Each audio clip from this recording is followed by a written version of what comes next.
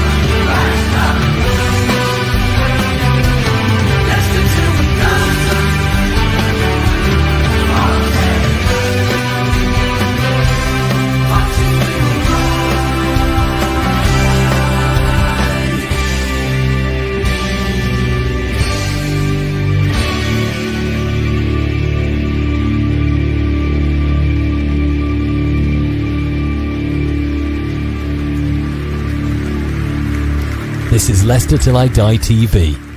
Watch and subscribe on YouTube and listen on your podcast platform. Steve, here we are again. How you doing? You're on mute, mate. I am on mute. There we go. Hello, sorry. You're just copying Wayne. That is Wayne's favourite trick every time. Yeah, we're here again. I think it's going to be a busy 8 days, isn't it? Hopefully. I mean, in things going in and coming out, it would be quite nice to get some players in, that's for sure. Yes, yeah. Well, look, talking about this guy here, Idrissa Gueye, is it? I don't know if I pronounced that right. I've probably butchered it. I first saw this on the Sun, and I know a lot of people will go like, "Oh, it's the Sun, don't believe it," blah, and all this. But I think people forget that the people that own the Sun also own Sky Sports, and you know, you look at it and think, well, yeah, I've seen it on Sky Sports, must be real. Well, kind of, and the Sun's no different to anybody else with the rumours and what have you. But the thing that interested me, this guy, first of all, their headline was, Leicester scramble to find loophole to seal next Jamie Vardy transfer amid spending ban and potential points deduction. Now, yes, we know we've got the potential points deduction. I didn't think we'd got a spending ban. I don't think we have. I think it's one of those ones where maybe he's trying to get more sort of interaction. So put in some certain keywords in there, we'll get more hits. Yeah. But I mean, I was talking about this earlier on, that we were placed under a spending embargo from the EFL in April 2024 when it all came out back then. But I don't think it's the same thing now, because it's not on the EFL's website, which means, you know, usually when they announce an embargo or something, it's on their website. So yes, yeah. Hi Gray, how you doing? Gray's coming via Twitch. Nice to see you, mate. I finally got it sorted, mate. This would be it, I'm sure, especially the Leicestershire Live, but other places as well would have announced that if that had still been the case. Well, Percy as well, you know, or Rob Dorset from Sky, you know, they're usually a bit closer, and also Tanner as well. You know, they're all closer to Leicester. So if there was an embargo of some sort, we'd have known about it by now for sure. Yes, yeah, I'm pretty sure. First of all, before we get on to Idrissa, something that Tom, one of the co-presenters, said the other day, and I want your thoughts on this first, and that is take Jamie Vardy back. No, and I'm quite strong on this point because, you know, he got 500 games, 200 goals, the perfect send-off for him. And, you know, there's only so many times you can rely on a 38-year-old to lead the line for your club that's earning a significant amount of money. And it's just, we need to move on from Jamie Vardy. As much as I love the guy, the player, and what he's done for the club is generational. We can't keep relying on somebody that is going to hold potential, you know, young strikers back more. He did, you know, unfortunately for Daka, he's not had the run in the team because of Vardy, and he's never lived up to his expectations. So, I as much as I love Vardy as a player, I wouldn't bring him back. No, I mean, I agree 100% with you. I think, and whilst he's at the club, it's that it's like having that sort of sword of Damocles over your head, isn't it? If you're a young striker just signing or just coming through, like, oh, it's Jamie Vardy. And it does smack a little bit of desperation in a way. Yeah, it would do. If you're thinking, oh, crap, we need a striker and we've got 8 days towards the end of the window, and then you turn to the guy that left last season at his age as well. And bear in mind, his number's been taken up by somebody else. Jordan Ayew uses the number 9 now. It would just be desperation. And I don't think the club will do it because, we're trying to move away from that high wage model that we've been in the last few years, and that will go against that entirely. He wouldn't come cheap, would he? He wouldn't. No. Somebody's got to pay for the legal fees.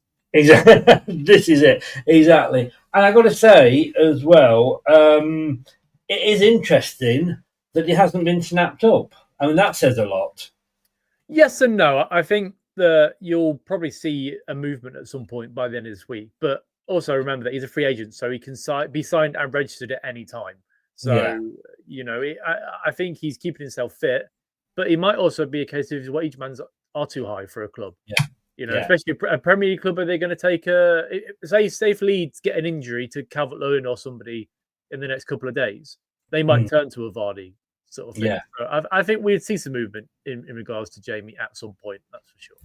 Well, Jamie's come and gone, and we love him and what have you, but time stands still for no man, as they say. This guy here, Idrissa Gueye, he looked very interesting. What were your thoughts when you first saw him linked? I was happy, to be fair, because he's the sort of player we should be looking at. He's 18. He's 6'2". He's had a good year at Metz last season. Yeah, he's somebody that has been linked to Dortmund, Manchester United. I believe that there are a couple of Spanish clubs who are looking at him as well. That sort of player where if you spend £13 million and you give him a 5-year deal, he's still only 23. So you're lucky you'll quite easily get your money back on this sort of striker. Yes. I was a bit confused originally because I thought we were being linked with the Idrissa Gueye at Everton, who's 35, and I thought, well, you can't pay £13 million for a 35-year-old, surely. But this is Leicester, so yeah, exactly. But he's a Senegal international as well at 18, which it can't be sniffed at. The only worry is that if they have qualified for AFCON, we'd lose him in December and for potentially sort of 4 or 5 weeks. Yes. But he's a sort of player that I think if you can spend £13 million over the space of 5 years on him, it's a risk worth taking. These are sort of players where you can take those risks because you're likely to get your money back at some point. Yeah, exactly. And whoever we sign, there's a possibility that they're going to be required for some sort of competition around the world, is it? That's these days, but I mean, AFCON is the main one because of the number of players that's coming through there. Interestingly, like you say, he's 18, but he only signed a new contract on the 10th of January this year, which makes me surprised that he's only 13 million. Well, yes and no. I guess the big problem with Ligue 1 in France is that they don't have. I know that they've just recently taken in their own TV deal themselves. So the French Association are the ones that are sort of giving out licenses now, rather than. So they're in control of it, but they are playing catch up to the Premier League, and French clubs don't make a lot of money from TV revenue. So for a club like Metz, £13 million. I mean, he could be worth 25, 30 million pounds. We don't know, but for a club like Metz, who are not the biggest club in France, £30 million would be able to sort of run their operations for a full season, I would say, if not a couple of seasons, potentially. So, it's something that I don't think they'd sniff at, that's for sure. Yeah. Gray's just saying about the other guy, 35, he's a pensioner. I don't know what that makes me then. I should be in my casket and nailed down. And I think you're there with me, Gray. Look, I mean, we've had, African players before, and they always excite me. And this guy here, I mean, look, like I say, January, he's only just signed a new deal, but it all depends of their situation, which we don't really know. How desperate they are for money. His main position is a centre forward, and we know how much we need that. I mean, I would say if we only sign one player, it has to be a striker. Yes, I agree. I think that's the position that it's the pinnacle of the team, and we've seen with Daka and to an extent Ayew as well. I say Ayew and to an extent Daka actually. The issue with Ayew is that he drops deep into the attacking midfield role. I don't think he's an out-and-out striker. So we could sort out that issue of not having a striker.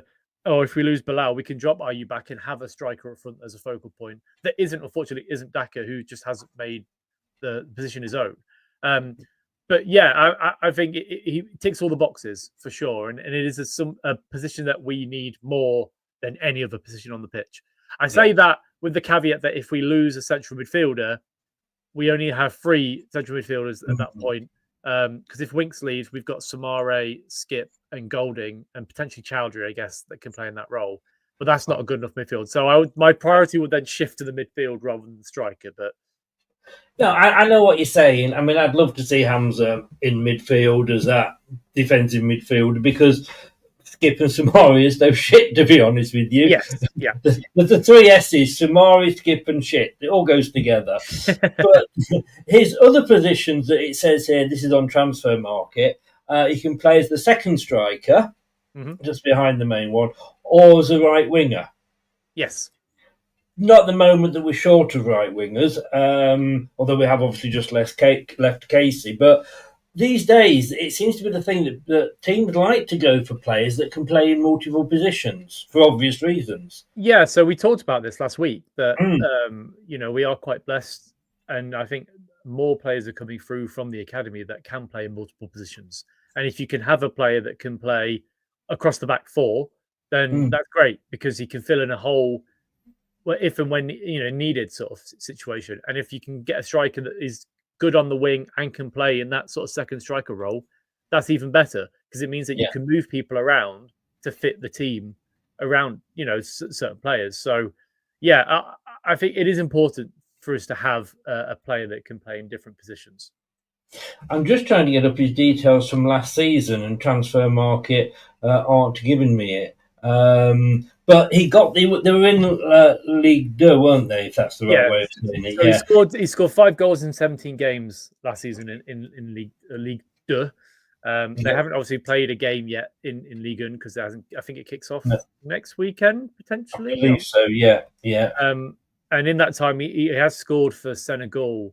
No, he didn't score. Sorry, he had his debut for Senegal. So I mean, Ligue 2 is a big step up to Ligue 1, but we've had success signing players from Ligue 2 before. Mahrez, and Kante. So it's worth a risk. And I say £13 million to us is a lot of money. Let's not, I wouldn't sniff at £13 million if my wife was to say, "Here you go, Steve. We've got this." But to a football club that has aspirations to be a Premier League club, it's not a massive amount of money in the grand scheme of things. Yes, yeah. It's just decided to refresh and come up here. I mean, that's equivalent last season to 1 in 3. Yep. And which is, we jump at, wouldn't we? And I know some people, like you say, some people are going to say, well, he's not experienced. Look, we bought Sumari, we bought Daka from the top divisions, and they failed. But like you said, Mahrez, Kante, and what have you, we've got a bit of a record there, haven't we? In doing well. And we've if we're buying somebody from Ligue 1, then you're looking at probably 30 plus million, and we're not going to be able to pay money or have money like that this season, are we? No, we're not, and that's why I think we're looking at sort of cheaper options, and this guy fits in that category for sure. But I think the days are gone that we can spend that sort of money on a player. It went last season with Skip. I think that's the final nail in the coffin for that sort of signing for the club, and that's good, because we shouldn't be paying that sort of money for a player anyway, unless we're a European chasing Premier League club. Yes, yeah, no, definitely. Like you said, he has been linked a bit with Man United as well. Mm-hmm. I love the fact that on YouTube, Man United have already done a show of him in their shirt. The skills and goals compilation. Funny enough, I'm watching that right now as we speak. Right. And does he look good? He does. He looks quite skillful. He looks quite quick on the ball as well, which is, we all say, oh, is he like Vardy? Well, no, nobody's like Vardy, but he has some skill sets that are like Jamie Vardy in the sense that he's got pace, he's got good close control, and if you play a through ball through to him, he'll probably get on the turn for the defender will, which is, and more importantly, he can score a goal. Yes, the big difference between him and Daka. Yes, sure, yeah, especially on Saturday where he had air kicked a ball, didn't he? Well, he contacted with it, but it looked like it was going sort of 10 yards wide rather than actually hitting the goalkeeper. So, I didn't know whether you'd have watched that or whether you'd have just stayed drunk, to be honest with you. No, I did. I watched it in a sports bar with a couple of friends because my partner and my wife and his partner had gone sort of shopping. So we just sat and watched the football surrounded by Spurs fans, which was nice. We got the win. I celebrated like we won the league when we scored, and then I settled down again because it was not a very good game of football. It wasn't the best, but look, the goal was fantastic. And I just this really excites me. Interesting because I got quite excited by Kone as well. That I thought, I would have been very happy with him. And I was talking to a Birmingham fan this morning on their channel ahead of the game on Friday night, and I didn't realise he's injured and out for 3 months. Oh, is he? Oh, I know he scored. He scored against Coventry, didn't he? But it's a shame that if he's injured. But hey, go and play for QPR and get back to 7-1. We don't mind. It is. No. I mean, it's just interesting. Like he said, maybe because they were interested in him as well, and he said maybe the pair of us we dodged a bullet there. Yeah, well, you'd like to think so. Well, at this point, I guess like he's signed for somebody else, so we just move on and deal with whoever else we're linked with. But if it is Idrissa Gueye or Gueye or however he wants to pronounce his name, I guess we'll find out if we do sign him. He's an exciting prospect who is still very young and fits in that ethos, doesn't it, of the younger lads? It fits into Martin Cifuente's boxes as well, because he prefers the younger players, and we've heard this so often with recent managers, but they've never seen it. With Cooper, we thought, well, he was an England under-17 manager who won the World Cup with them, etc. And then he signed everybody over the age of 30 that he could find. Yeah, exactly. Rude kept promising to play the youth and never did until it was too late. And so if this is happening, then yes, like you said. And I'm not saying that he will stay with him. If he's as good as hopefully he will be, he'll move on. But we'll make a nice profit on him.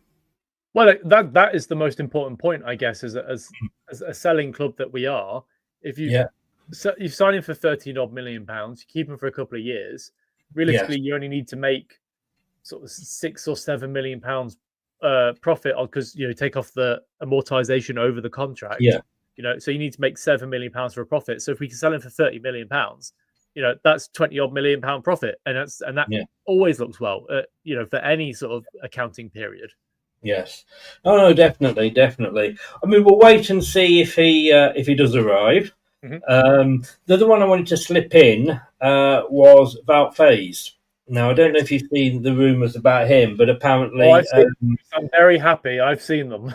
To drive him to Turkey, I don't mind. But apparently they're on their way over. They've got a contract readily prepared. Whether they're mid-air, I'll have to sort of find out the flight number and follow them on Sky Tracker. I mean, I'm sorry, guys. I'm not that desperate for them to arrive. But, I mean... I actually have started to think that I'd sooner Vestergaard go. Really? Yes. So, and my thoughts on Faes. I'm not his biggest fan. I've got the wig and I've got all that, and we'll take the piss out of him. But I've liked him when he's come on, not just because he scored a goal, but he's got that speed. If he's chasing back, he's not being overtaken by a pigeon that's just landed. No, that's true. So, in a sense, I agree because Wout Faes is still our best centre-back. As much as I hate to admit it, he is. And he shows that when he comes onto the pitch. But he's been trying to leave for the last couple of years. Yeah. When you're making noises, to Belgium newspapers that, you'll wait and see how Leicester are, but ideally you want to move away. I don't think it's a positive situation for the club to be in, especially because if he doesn't leave, is he going to sulk and then bring the rest of the squad down? And we've had issues with players that have sulked before, like Harry Winks, that even if they get banished from the first team squad, they're still their friends. You still get texts, talking daily.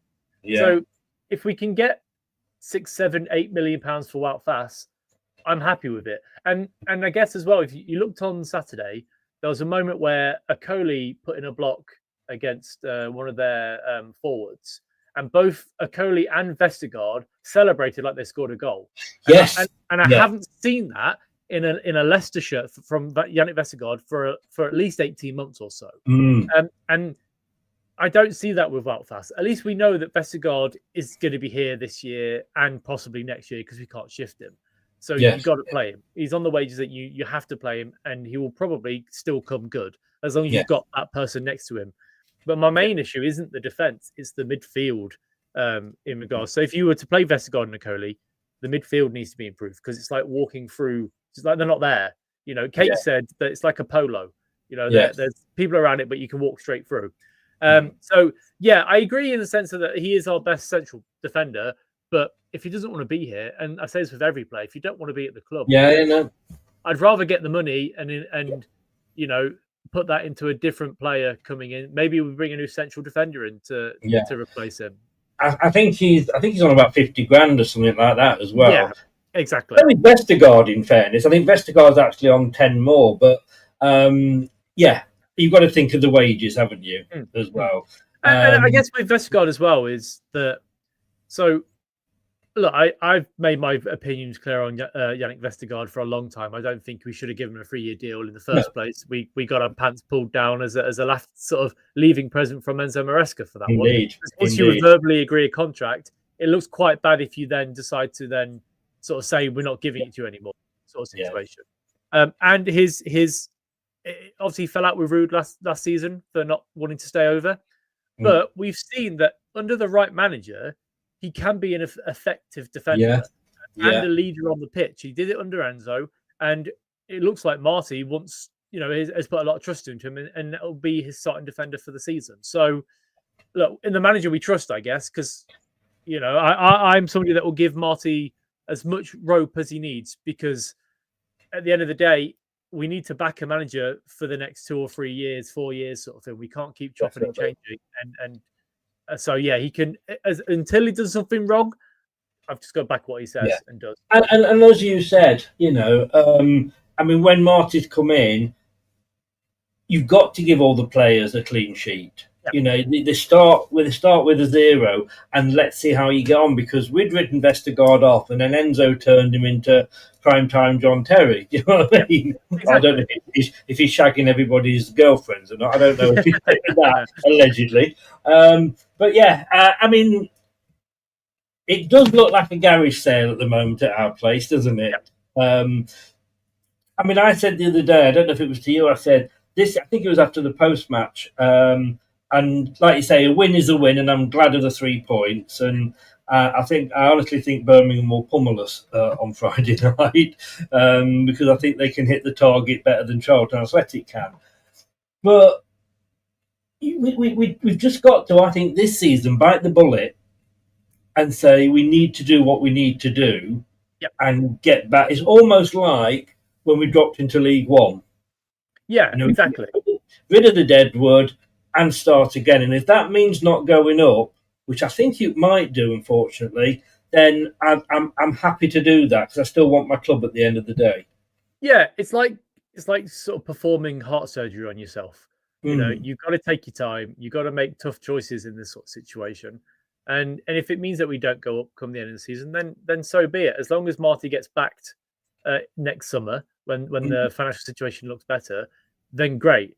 My only sort of issue, if we don't sign anybody come the end of the window, is it a case of we're asset stripping before we sell the club next summer?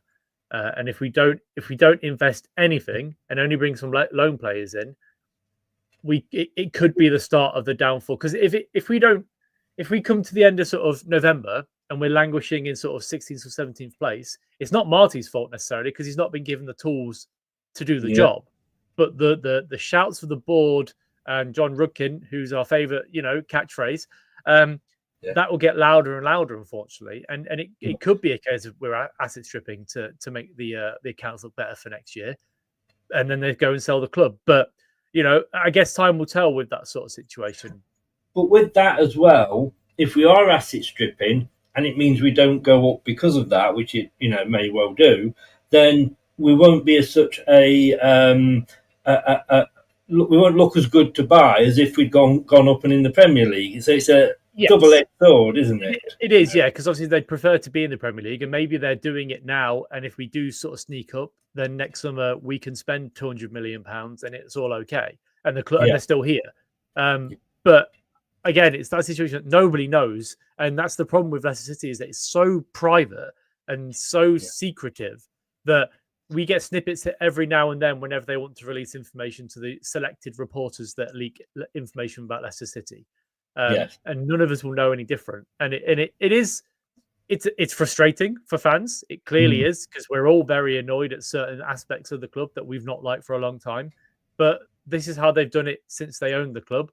My only difference now is that when they were doing it when we were successful, it was okay because the success was papering over the cracks. When you're not successful and you're showing lack of interest and lack of determination to back a manager or appease the fan base as such, those cracks get wider and wider. And I put a post out on because I'm going to write an article about so is there too much water under the bridge for the owners at Leicester City? Or is there still time for them? And 80% of the votes said they need to sell the club now. And that screams to me like they haven't got the backing of the fan base for a large amount of the fan base. And unfortunately, there's not much you can do in that situation to claw it back because, again, the water under the bridge is there. It's really sad. We just sort of divulged into me being depressed about Leicester again, to be fair. It's a natural occurrence, isn't it? But you see the sort of comments you get online about it and speaking to people around the stadium and the people that I stand with at games, home and away. And there's just nobody's happy. Nobody's happy at all. And unless we sign some players to bring some more positive energy into the club, it's going to keep going and going and going. And I think we had a bit of a spike, I think, when we signed Marty, and it wasn't Sean Dyche or Chris Wilder or that ilk. But I think it's just been the speed of the decline. It went and at the end of the day, were we complaining when we were spending the likes of 30 million on Slimani and 30 million on Tielemans? No, we were up for it. We were enjoying it. We were urging the club to spend money, and that's exactly what they did in an attempt to keep up. But PSR, hangs over you, and let's be honest. I don't think Enzo would have necessarily kept us up, but that destroyed the club because he went and took everybody with him. I think Top, unfortunately, he just hung about when he wanted Graham Potter so much. Like I said, I'm surprised that he didn't get a restraining order out on Top. But again, maybe we dodged a bullet there. West Ham fans, 2 games in, want him gone, and in fact weren't even happy last season. No, that's right. Yeah, it looks like we have dodged a bullet because he's not started well at all. But on your point in regards to the fans, my main issue with the board is that if you make a mistake, I think a lot of fans can appreciate that you can make a mistake. Like it was getting relegated. It shouldn't have happened the first time, but mistakes were made. We came out of COVID and we didn't back Brendan, and we were worried about falling foul of PSR anyway, which led to us not sacking him because we gave him a long contract on lots of money. To then only sack him sort of 4 or 5 games before the end of the season. We didn't then go out and sign a manager for 2 weeks. And then we get relegated and they say, okay, well, we're going to do an internal review and make sure this doesn't happen again. And then 12 months later, it happens again. Like that's the main issue. We can accept mistakes. Anyone makes a mistake. We're only human. I've made plenty of mistakes in my life. But you learn from those mistakes to try and not make them again. And if you make the same mistakes again without there being any ramifications for anyone involved at the club who, is still there, even if it's the tea, it sounds horrible for the tea lady, but if the tea lady was a problem because she was giving them food poisoning because she couldn't give them chicken sandwiches properly, then you get rid of her. You've sorted the mistake. But, it just hasn't been the case. And it's just the silence as well, but yeah, like, don't get me wrong. I said a few weeks ago that if Potter doesn't start well at West Ham and we come to the summer, he won't get a Premier League job again. It might be a case of, well, if Marty leaves to go somewhere else or we sack him, we could see Graham Potter in the dugout next summer. Well, it wouldn't surprise me. Nothing at this club surprises me. No, and, I don't think. Have you ever gone out and asked a girl for their number 3 separate times and they said no every time, and then on the 4th time you've gone, oh well, this time it'll work, surely. I used to run after the first no. That was it. She said no for a reason. Interestingly, with Graham Potter, and I want to just mention this because it kind of makes me think about Leicester. He has only, I think, won about 5 games since he took over from Floppy Doppy, whatever he was called. And he's blaming the squad that he inherited. Yeah, which we've heard before. Yes. And then it's selling players that he doesn't want to go. And I'm thinking, like, you can do that, but Ruud van Nistelrooy, he didn't have any choice of players. He had to make do with what he did. I don't think I ever heard him blame the players, though. He did once. Did he said just the players weren't good enough. I can't remember which game it was, but he came out and said that the players weren't good enough, and there was an issue. There was a question mark on what they were doing in training or something along those lines. Right. But at that point, once you start blaming the players or throwing players under the bus, you'll never win the players back. No. And this is why I like Nigel Pearson so much, is because he never blamed the players. He said, look, the results are on me because I'm the manager.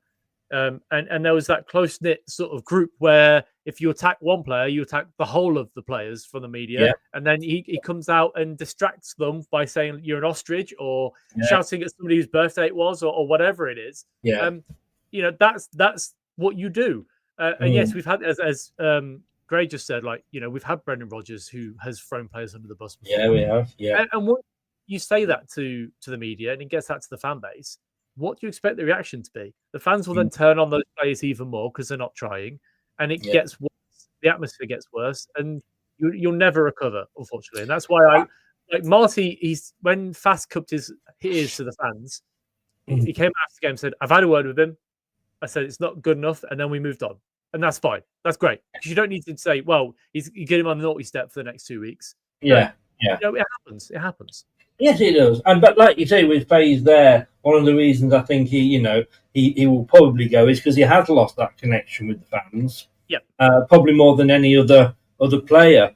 I asked this, and this is just, I'm just going to sidetrack, so just interested in your thoughts on this particular topic. But I did a section on a show recently, What If?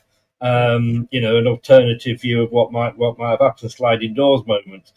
What do you think would have happened had Brendan Rodgers got the money for a if you like? So that's an interesting one because he was correct when he came out and said that he needed a refresh of the squad. And if the players had been shipped out that he didn't want at the club, because there were a few that he didn't want at the club, and he had money to spend, I don't think we would have gone down because it was clear to us that we needed a new centre back, and we needed a goalkeeper to replace Kasper Schmeichel. We relied on Danny Ward, and it is what it is, that sort of situation. Yeah. But I think we would have seen sort of 3 or 4 players come in, which is what we needed. And I think we probably would have finished mid-table, and then he'd have gone at the end of that season.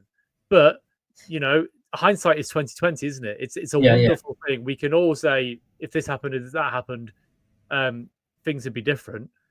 But I still don't think Brendan would have been here the season after, sort of thing, because he was done. You could tell going into that summer that he was fed up of the club, fed up of the ownership, and lying to him. And look, I'm not somebody that will defend Brendan Rodgers at times. I thought he was okay. Like, he was one of our most successful managers, some of the best football I've ever seen. Leicester City was under Brendan Rodgers. But it's a bit like Enzo towards the end of the season. The performances of the passing the ball from left back to centre back to right back was so annoying. You know, it was like watching a horseshoe. You just go up and down, and you know. But yeah, no, hypothetically, I think we would have stayed up, and he would have gone anyway. Yeah, by then. I mean, it is. I mean, Gray said there, and yes, it is hypothetical, but just one of those sliding door moments. You know, could it have gone the other way? Would he, like you say, because he did whatever we say about him. You know, he got us the FA Cup. He got us into Europe twice. Yeah. Very, very close to the Champions League. And who knows if he'd managed to get a couple of players in, we might have finished in that rather than Europa League. Yeah, well, with the Champions League qualification, our main issue there is that we came back from the COVID shutdown very slowly compared to other teams. And if we'd have come back a bit quicker, I think we would have been okay. We probably would have finished in the Champions League places. And the same thing you could say about the season we went down the first time. We picked up a lot of results towards the end of the beginning of December, and then we buggered off for the World Cup for a month. So the preparations for that slowed down incredibly. James Maddison went to the World Cup when he was injured and he shouldn't have gone. And if we'd have carried on, we probably would have been okay then as well. But you know, it was a perfect storm. You know, in that season where we didn't invest, we were terrible. There had players that wanted to leave that were on long contracts. They didn't want to get injured. We didn't replace the manager at the right time when we sacked him and gave 2 games to Mike Stowell and whoever it was that lost 2 that were very winnable games. And Everton scored a wonder goal from a midfielder that hadn't scored a goal in like 4 years, I think, to keep them up after we beat West Ham. So, you know, everything you can look at a butterfly effect anywhere, can't you, really? Yeah. I know we were talking about news and then we ended on Brendan Rodgers. I know. That's football for you, though, isn't it? Yeah. Just to very quickly go back, though, to Idrissa Gueye. There's talk about him also coming in possibly on loan for a season with a guarantee that we would, not just a guarantee if we go up, because obviously like with Fatawu, if we went up, we had to sign him. Thank God we did.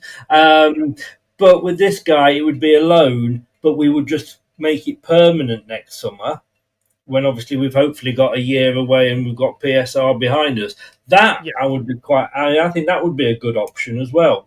Yes, it would. And it shows a clear indication that they are trying to batten down the hatches and do as little business money-wise as possible. And then next summer spend that money. So, you know, it could by the end of this year, we could get the accounts in, and it shows that we've had a profit for not last year, but this time next year, a profit for the season just gone. And that means that if you have that, and also the £90 million that we were in the because it's obviously 3 seasons of accounts, that drops off as well. So it would be significantly under PSR at that point, and we can spend money, and it looks a lot better. So look, I'm more than happy for a club to give it a year's loan. And then also, if he doesn't turn out to be a great player, we still sign him, but you can then sell him back on, you know? Simple as that, really. Yeah. 13 million. I mean, I can't believe I'm saying this, but 13 million is nothing these days, is it? No, exactly. Steve, thank you very much. I'd love to get this guy in. Hopefully, fingers crossed, we will. And no doubt I'll be seeing you a lot next week. Probably will, yep. Yes, brilliant, mate. All good. Have a good rest of the weekend. Thank you very much for coming on at what was short notice. Brilliant. Bye, guys. Bye-bye. Thanks to Steve there. It's chaos with this, with the transfer window. 8 days. A week tomorrow, the transfer window closes, and it's not even at 11 o'clock at night. It's 7 p.m. Next Monday, we will be doing a transfer special, probably 2 hours from 5 to 7. Steve will be joining us, and I think Brad is as well. We've got a couple of new shows. I need to find out, Gray. I do need to find out. Sorry, buddy. I haven't spoken to Doug yet today. So we're going to be back tomorrow at 8 o'clock because we'll be doing a 6 o'clock show about transfers. back at 8 o'clock with a review of the 1-0 win over Charlton, as you can see going across the bottom. 3 points is 3 points. My worry, as I was saying to the Birmingham fan, is when we come up against a team that know where the net is, and they kind of do, we're going to struggle. We were very lucky Charlton were pushing it everywhere but in the goal, and when it was, obviously, they'd fouled first anyway.